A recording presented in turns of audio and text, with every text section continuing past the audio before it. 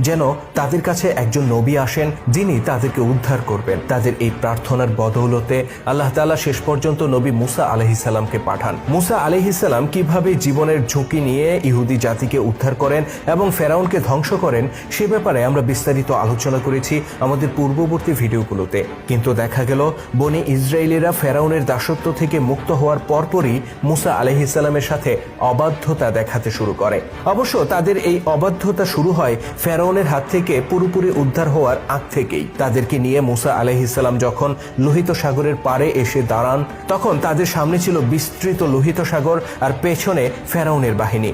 অবস্থা বেগতিক দেখে এ সময় ইহুদিরা মুসা আলাইহিস সালামকে দোষারোপ করতে শুরু করে। তারা বলে, হে মুসা, ফেরাউন আমাদের উপর অত্যাচার করত, এটা ঠিক, কিন্তু এত নির্যাতনের মাঝেও অন্তত প্রাণটা তো বেঁচে ছিল। কিন্তু তুমি আমাদেরকে এমন জায়গায় নিয়ে এসেছো যেখানে মৃত্যু ছাড়া আমাদের সামনে কোনো পথ খোলা নেই। তারা মুসা আলাইহিস সালামকে অভিশাপ দিতে শুরু করে। এভাবেই তাদের অবাধ্যতা ও উদ্ধত আচরণ প্রকাশ পেতে শুরু করে।